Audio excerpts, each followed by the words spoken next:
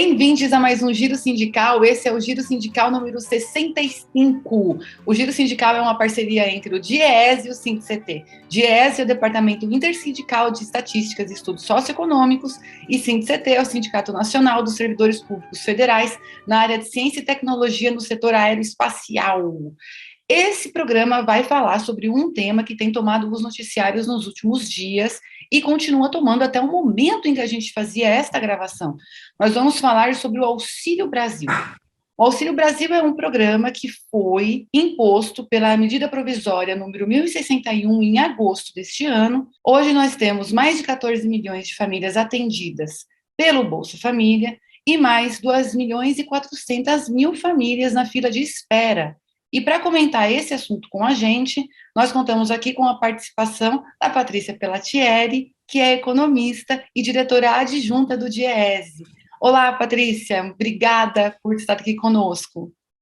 Bom dia, Renata, é um prazer estar aqui no Giro Sindical, para a gente conversar um pouquinho sobre esse assunto que é tão importante para as brasileiras e brasileiros de uma maneira geral, mas é muito importante também para o movimento sindical. Ótimo, ótimo, ótimo. A gente vai jogar bastante luz com a ajuda da Patrícia sobre como o movimento sindical se envolve e por que se envolve nessa discussão. Isso é muito interessante.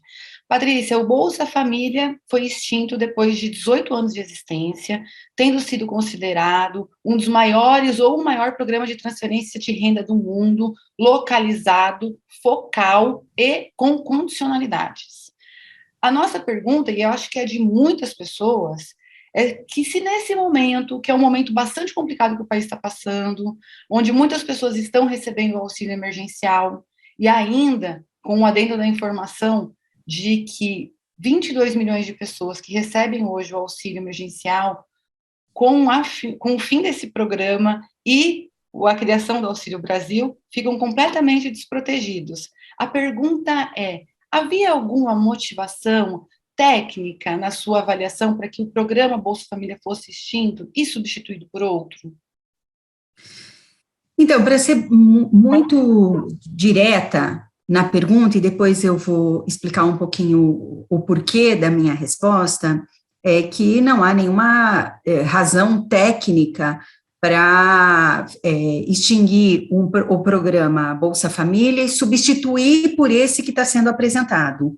Inclusive porque, parcialmente, ele copia as mesmas...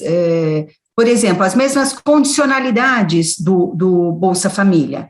Então, fica parecendo muito mais que é para dizer, eu criei um programa novo, mas, na verdade, você cria uma enorme confusão, uma vez que o programa Bolsa Família, ele demorou para ele se consolidar, ele foi muito criticado no início, mas ele se consolidou, como você disse, como o maior programa de transferência de renda do mundo, um programa de sucesso, inclusive porque, na sua concepção, ele promove o acesso a uma rede de serviços públicos, especialmente saúde, educação e assistência social, cumprindo muito do que nós aprovamos lá na Constituição de 88, que é o tratamento da Seguridade Social como um todo, associando a educação. Então, é mais do que só a transferência de renda propriamente dita, já que, inclusive, essa transferência de renda, ela é fundamental, super importante, mas ela é absolutamente insuficiente para as famílias sobreviverem de uma forma digna.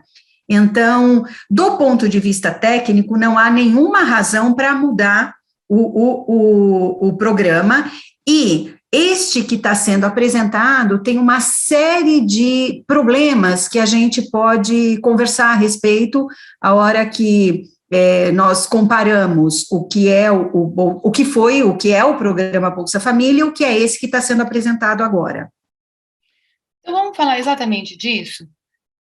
Com certeza, as pessoas, o movimento sindical, está procurando entender as diferenças entre um programa e outro. E imagino que, sobretudo, há uma grande insegurança para as famílias que hoje fazem uso do próprio Bolsa Família. Você já analisou, Você pode dizer para a gente quais são as principais diferenças entre um e outro? Então, a gente pode falar daquilo que está disponível, escrito, e acho que a gente já começa aí com uma primeira observação. Nós estamos trocando um programa consolidado, que tem lá todos os elementos, inclusive os valores que devem ser recebidos, qual é a linha considerada de extrema pobreza, de pobreza, enfim, está tudo lá definido. Podemos discutir que ele não teve reajuste, ele é insuficiente, ele precisaria, de fato, ganhar um volume aí, né, corpo, não só na sua amplitude, porque muito mais famílias empobreceram, muito mais famílias caíram abaixo da linha da pobreza, mas também há muitos anos ele não é reajustado, então tudo isso precisaria de fato ser revisto, mas nós estamos trocando por um programa que ele não está, a medida provisória, ela não traz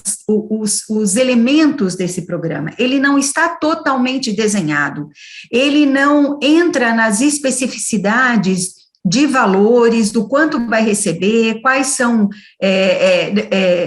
qual é a projeção de impacto disso, enfim, não traz nenhum dos elementos básicos para se aprovar um programa que são necessários, né, para você conhecer de fato o que é que está sendo pensado nesse programa. Então, esse é o primeiro elemento que é fundamental e isso traz uma enorme insegurança.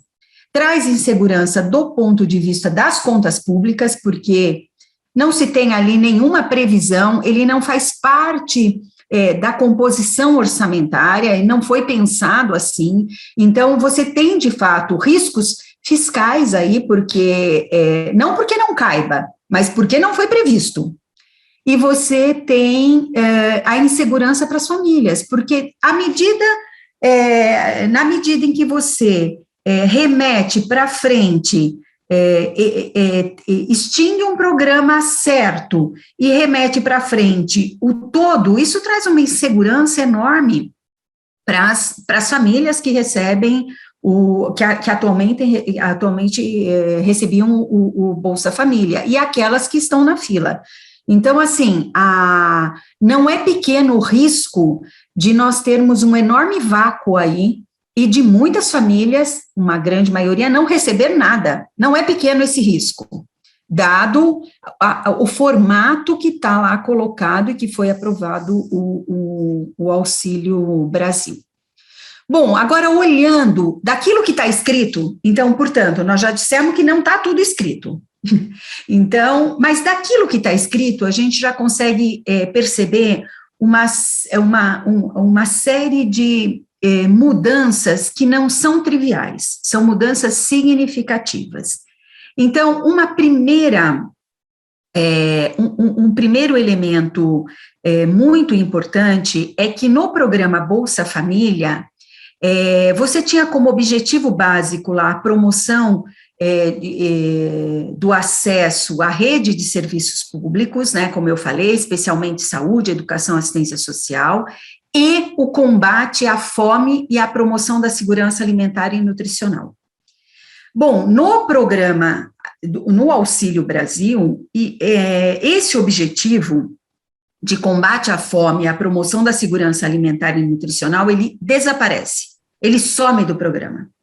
Portanto, isso é significativo, principalmente no momento onde quase 20 milhões de brasileiros, né, quase 10% da população brasileira passa fome, voltou a passar fome. Então, isso é significativo.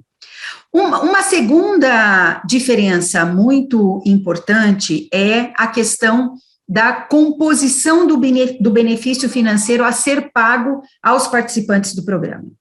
No programa Bolsa Família, você tem um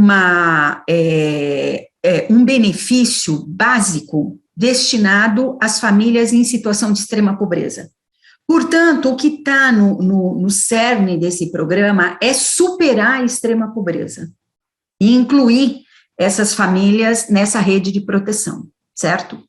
E depois você tem lá 2 benefícios variáveis que podem ser pagos aí, no caso de famílias que tenha gestantes, crianças de 0 a 12 anos ou adolescentes até 15 anos, você tem lá um limite de até 5 benefícios por família. E tem também, no caso de famílias com adolescentes de 16 a 17 anos, a possibilidade do pagamento desse variável aí até 2 benefícios por família. Portanto, nós temos um benefício núcleo básico e depois você tem esses outros a depender da composição aí da família. No caso do Auxílio Brasil, há uma inversão disso. O Auxílio Brasil, ele é composto de 3 benefícios principais, que devem ser geridos lá pelo Ministério da Cidadania, que é um primeiro benefício, um benefício trata da questão de famílias com crianças entre 0 e 3 anos, e é um benefício por integrante. Aí tem um benefício que se tiver gestantes ou pessoas entre 3 e 21 anos, também é um benefício por integrante. E tem, depois desses 2 benefícios, se a composição da renda ainda estiver abaixo da linha da pobreza, então tem um benefício para extrema pobreza. Então, existe uma inversão, né? E nós sabemos que num país da dimensão do Brasil, com as diferenças, inclusive diferenças de pobreza que nós temos entre as regiões, e gerir um programa que seja universal e nacional, ele precisa ser o mais simples possível. À medida que você cria uma série de penduricalhos, porque depois tem lá outras possibilidades de 5 auxílios, você começa a criar tantos problemas, tantas dificuldades, que vai ser muito difícil desenhar direitinho o que cada família tem direito. Então, na verdade, você complica, o complicar significa o não pagar. No final, significa isso.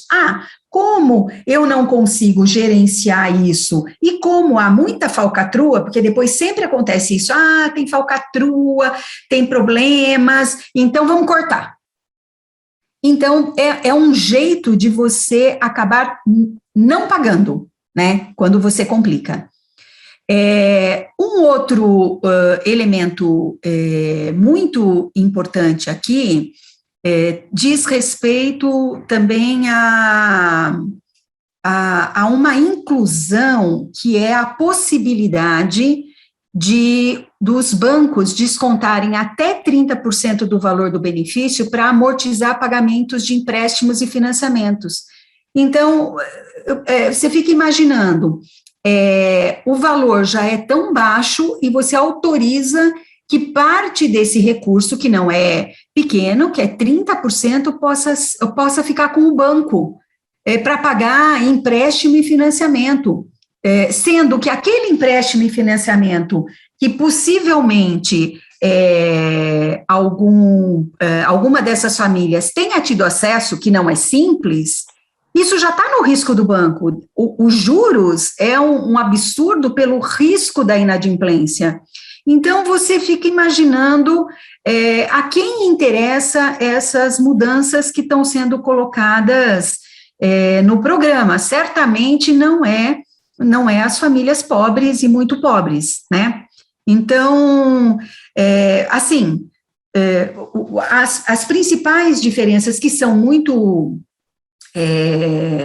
na verdade, eles transformam esse programa, né, eles mudam, eles alteram significativamente o que é o programa Bolsa Família, é o que é possível a gente perceber daquilo que está escrito, né, sem contar aquilo que não está escrito e que nós não sabemos o que será, né. É muito complicado, isso traz como uma palavra que eu já falei, você já falou, mas vamos reforçar aqui, uma insegurança tremenda. E tem um ponto que você tocou também, que é um baita problemão, que é o que está se desenrolando no Congresso Nacional. Segundo as pessoas que votaram, aprovaram e fazem valer a PEC do teto de gastos, que congelou por 20 anos os gastos sociais do Brasil, o programa não cabe e não deve ser aprovado, não deveria ter sido aprovado. No entanto, como você colocou no comecinho, houve uma preferência do presidente de substituir um programa anterior, consolidado, por um dele, em nome de deixar uma marca, muito possivelmente, né? A questão é, esse programa cabe no orçamento? Lembrando que Bolsonaro disse, nós vamos ampliar para R$400 o valor mínimo para cada família, e a gente vai acabar com a fila de espera. E, Patrícia, todo mundo tem, né, uma tia ou um tio no Zap que fala que são milhares de reais que uma família recebe a título desses programas, né? Então, conta para a gente também qual é o valor médio que cada família recebe e se ele cabe ou não cabe no orçamento, que é o que está sendo discutido agora, causando mais inseguranças ainda. Então, antes de entrar propriamente nessa sua questão, eu esqueci de tocar num elemento da diferença que ele dos programas que é muito importante. Aliás, 2 elementos. Um primeiro é a questão que esse novo programa acaba com o cadastro único, com o CAD único. E é muito importante você ter um cadastro unitário, que sempre precisa ser revisado, revisitado, olhado. Esse cadastro, ele é de responsabilidade dos municípios, que é o governo local, que é quem está próximo das pessoas propriamente ditas, né? Então, o programa, esse Auxílio Brasil, ele acaba com o cadastro único, portanto, desresponsabiliza os municípios e vai fazer esse acompanhamento da pobreza, não sei por qual via, que não é essa via da ponta, né? Então, esse é um primeiro elemento que eu tinha esquecido, que eu acho que é bem importante. E um segundo elemento é que o Auxílio Brasil, ele também altera o Programa de Aquisição de Alimentos, o PAA. Como ele não tem como objeto a questão da segurança alimentar e da fome, então, esse programa, que ele é muito importante para a agricultura familiar e para a garantia da segurança alimentar, esse programa também altera de forma significativa, de tal modo que pode significar o seu fim, tal alteração. Não dá para afirmar com certeza que vai ser o fim, mas a alteração é tão significativa que pode ser o fim do programa de aquisição de alimentos, o conhecido PAA, que eu tinha me esquecido, então, das diferenças que eu acho que é importante pontuar. Agora, vamos lá. Então, acho que tem algumas coisas que a gente precisa desmistificar sobre as pessoas que recebem transferência de renda. Existe no imaginário popular, principalmente da classe média, e muito reforçado durante muitos anos pela imprensa tradicional, de que as pessoas que recebem auxílio, elas são vagabundas. Como tem o auxílio, não vai procurar trabalho. Vive às custas do governo. Então, isto é uma mentira, na verdade. A grande maioria das famílias que recebem o Bolsa Família são famílias de trabalhadores e trabalhadoras. Eles trabalham, não têm um trabalho digno, não têm uma renda digna, mas não porque eles são vagabundos, mas porque a sociedade brasileira não lhes dá condição de exercer um trabalho com uma remuneração digna. Então, essa é a primeira coisa que a gente precisa dizer. Quem recebe o auxílio, o Bolsa Família, não é vagabundo, tá certo? São trabalhadores e trabalhadoras, né? Um segundo elemento que a gente precisa desmistificar a média de recebimento do Bolsa Família é de R$184. Portanto, muito abaixo do que seria necessário para dar dignidade a essas famílias. Nós estamos muito longe de chegar a uma situação de justiça social, de uma sociedade mais igualitária em termos de distribuição de renda. Então, também é mais uma coisa que nós precisamos desmistificar. Aí vamos lá. A pergunta sobre se cabe ou não no orçamento público. O orçamento público, aí é uma terceira coisa que nós temos que desmistificar. O orçamento público não é o orçamento doméstico. E não pode ser tratado como orçamento doméstico, que nem eu, na minha casa, eu não faço dinheiro. Eu não posso lançar título, nada disso. Então, isso é orçamento familiar, doméstico. É diferente do orçamento público, que tem todos esses instrumentos e mecanismos. Então, essa história de que não dá para fazer porque o Brasil está quebrado, isso é uma enorme bobagem que foi falada e repetida tantas vezes pelos articulistas econômicos que servem a alguém, tá certo? Isso tem essa mentira, ela virou verdade a serviço de uma minoria que concentra renda. Não é verdade que os brasileiros não caibam no orçamento público. Muito pelo contrário, são cabe este programa de transferência de renda, como cabe um programa muito maior, mais robusto, mais intenso de transferência de renda, né? Inclusive porque esta renda que vai para as classes pobres e muito pobres, ela dinamiza a economia. Tem diversos estudos, e não são só estudos de economistas e do campo progressista, e tem de todos as matizes e cores, mostrando que, se não tivéssemos pago o auxílio emergencial, a queda do PIB, que é a riqueza do país, teria sido muito maior, com reflexos para frente, inclusive, pelo menos em 3 pontos percentuais.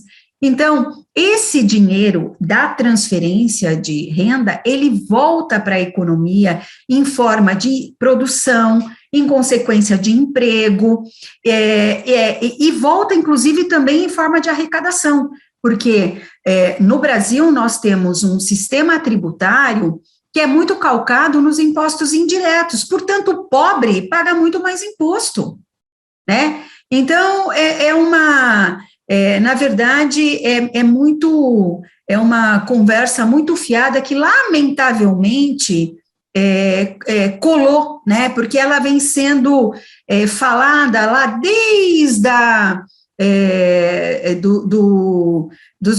principalmente lá do governo Fernando Henrique, essa questão do rigor fiscal, do Brasil quebrado. Enfim, é muito lamentável isso, porque nós temos um orçamento que não é desprezível, é um orçamento grande e que caberia, sim, um programa de transferência de renda robusto. E, Renata, só mais um elemento. O engraçado, e que as pessoas não se perguntam, por que é que esses mesmos articulistas que dizem que o Brasil não pode fazer isso, não pode ter descontrole nas contas, não pode furar o teto, não pode fazer nada disso, porque isso vai causar inflação, que também não tem nada a ver com... E aplaudem quando o Biden, por exemplo, anuncia um programa muito robusto de investimento público, com endividamento, e outros países. Então, quer dizer, nos outros países pode, no Brasil não pode, os mesmos articulistas. Então, no mínimo, as pessoas deveriam, no mínimo, se perguntar, bom, mas que esquisito isso, por que aqui não pode, né? Então, assim... só para concluir essa parte, o teto de gastos era uma excrescência antes da pandemia, já era uma excrescência, era um absurdo, que só, aí era uma jabuticaba mesmo, só no Brasil, aprovar um negócio desse. Com a pandemia e com a necessidade do investimento público e da transferência de renda para a gente sair dessa situação, virou ainda mais absurdo, aquilo que já era um absurdo. Patrícia, é um tema que abre tantas janelas, não? Que a gente poderia ficar em torno dele discutindo vários e vários programas. E acho importante também a gente aqui prestar um serviço para as pessoas, de dizer, olha, a promessa de aumento do valor para R$ 400, ela é uma promessa. O que as famílias têm efetivamente hoje foi um reajuste linear do programa, que deve fazer saltar o benefício de R$ 184 para em torno de R$ 217, o que, convenhamos, é menos do que qualquer deputado paga em qualquer almoço que ele frequente, né? Só para ele, tá? Não estou falando ele e a família, só para ele, é um almoço, tá? E não existe, portanto, nenhuma triplicação imediata, duplicação imediata do benefício para essas famílias. Além de todas as seguranças que você já falou, acho que cabe a gente também colocar mais uma aqui, que é o benefício ter data para terminar. E ele tem, Patrícia, qual é essa data de fim do Auxílio Família? Bolsa Família já morreu, foi decretada já a sua morte. Houve uma substituição cheia de inseguranças e data para terminar, né? Qual é essa data e como você vê isso? Então, Renata, você falou muito bem, na verdade existe a promessa dos R$ 400, mas o que se tem efetivamente é um reajuste muito inferior à perda que já aconteceu, inclusive estudo agora recente do NERI, da FGV, mostra que deveria ser no mínimo o dobro o reajuste, né, deveria ser de 30 e poucos por cento para de fato cobrir as perdas, né? As perdas só do período. Então, é isso que se tem. E a data é final de 2022. Então, não se tem nada garantido para depois. Você tira um programa que estava incluído no orçamento da Seguridade Social, ele estava lá constante, para incluir um programa transitório. Então, na verdade, ele não substitui, esse programa apresentado, diferentemente do que se fala, ele não substitui, ele não é equiparado ao Bolsa Família, que é um programa perene. Na verdade, ele é um auxílio emergencial piorado, muito piorado, porque ele é transitório. A data é final de 2022, coincidentemente pós-eleição, né? Então, o que parece na verdade, muito mais um discurso eleitoreiro do que propriamente a apresentação de um programa sério de transferência de renda, o que é lamentável num período que nós estamos vivendo de um empobrecimento da população brasileira, que talvez o maior no mundo, né? A rapidez desse empobrecimento por um país tão rico, com um parque industrial que estava consolidado, com um mercado consumidor consolidado, o que nós vemos é esse empobrecimento muito rápido e uma ampliação da concentração de renda também muito acima dos demais países. Na pandemia, houve concentração de renda no mundo, mas no Brasil foi galopante, então e isso tem a ver com as escolhas políticas. Não são só contingências, tem a ver com as escolhas que foram feitas de 2015 para cá. Então, nós precisamos salientar isso, não era inexorável. A nossa situação desgraçada não é inexorável, ela é consequência de escolhas políticas.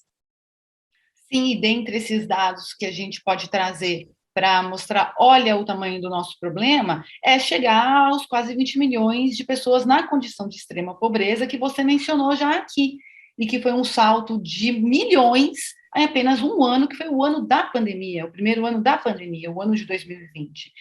Patrícia, você também citou uma coisa que poucas pessoas conhecem no Brasil, que é a realidade de que entre as pessoas que fazem uso, que são beneficiárias do Bolsa Família, muitas dessas pessoas são trabalhadoras e são trabalhadores. O salário mínimo mais digno, ele com certeza tiraria muitas pessoas dessa fila, das que estão na fila, ou então fariam com que outras pessoas pudessem deixar de fazer uso desse programa por melhorarem a sua situação. O tema do salário mínimo é um tema muito caro ao movimento sindical, ao DIEESE e ao conjunto dos trabalhadores. A gente poderia pensar que, se o objetivo fosse mesmo aumentar a renda dos trabalhadores e das pessoas que estão na condição de extrema pobreza, a gente deveria voltar a ter uma política de valorização do salário mínimo? Não tenho dúvidas. Não só uma política de valorização do salário mínimo, como uma política robusta intensa de emprego, né? Nas várias possibilidades. Enfim, quando a gente discute programas de transferência de renda, são programas que deveriam ser transitórios na vida das pessoas. Todo mundo pode passar por situações difíceis, mas isso deveria ser transitório. É ruim pensar como uma política permanente para aquelas famílias. Você está condenando a família e seus descendentes a não terem oportunidade quando você pensa num programa de renda permanente para as mesmas famílias. Então, é preciso somar esses programas de transferência de renda com programas de geração de emprego, né? E não há dúvida de que uma política de valorização do salário mínimo, ela é fundamental, inclusive, para o desenvolvimento do país, e nós vimos isso recentemente. Quando se discutiu lá, a partir de 2004, uma política de valorização mais permanente do salário mínimo, também houve muitas falas no sentido, olha, vai quebrar o país, as empresas vão embora, vai quebrar as prefeituras, e nós não vimos nada disso, muito pelo contrário, nós vimos um dinamismo na economia, e nas empresas, inclusive, né, com aumento de produtividade. Então, a distribuição de renda, ela é boa para as famílias e para os trabalhadores e trabalhadoras, mas ela é boa para o desenvolvimento econômico. Então, quanto mais você concentra a renda, mais você empobrece a população, menos dinamismo econômico você tem, né? Então, eu sou absolutamente favorável, acredito que nós precisaríamos fazer mudanças estruturais no país, de modo a fazer uma distribuição da renda que está concentrada. Eu não estou dizendo, porque assim, a política de valorização do salário mínimo, que foi negociada lá atrás, ela propunha distribuir o ganho a partir dali da riqueza do país, que era baseada no PIB. Então, o crescimento do país seria distribuído de uma forma mais intensa para a renda básica, para o salário mínimo, certo? Eu acho que nós deveríamos ousar em fazer medidas estruturais de distribuição da riqueza hoje concentrada.